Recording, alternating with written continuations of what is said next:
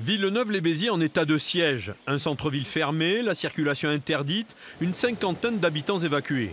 En cause, les multiples engins explosifs qui croupissent à cet endroit depuis la Deuxième Guerre mondiale face à l'ancienne commandanture. Quand les Allemands sont partis à la débâcle, ils se sont lestés de toutes les munitions, ils les ont jetées juste en face dans le canal. C'est pour ça qu'on les trouve principalement près de l'Écluse. Là, on est sur une partie où il y a un petit peu plus de rochers, moins de vases. Et je pense que la partie la plus vaseuse, c'est celle qui va être en retrait. C'est ce que vous allez faire cet après-midi, quoi. Voilà, c'est ça. Dès la matinée, la drôle de pêche est fructueuse. Des obus, une mine anti-char, une grenade, de quoi justifier l'opération de dragage. Le risque, c'était que quelques enfants aient pris l'habitude de venir pêcher avec des mines aimantées, ces mines.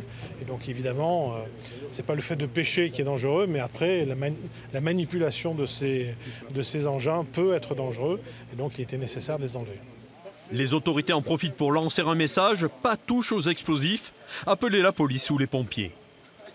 Tous les ans, malheureusement, il y a des gens qui, en voulant démonter, se sont exposés et ont perdu la vie pour ça. Il ne faut pas se fier au fait qu'elles soient restées des années et des années sous l'eau. Bien au contraire.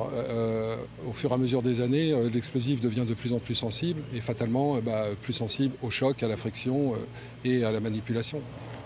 Les opérations de dragage ont lieu jusqu'à jeudi après-midi. Au fil des ans, plus de 200 kilos d'explosifs ont été retirés du canal du Midi à Villeneuve-les-Béziers.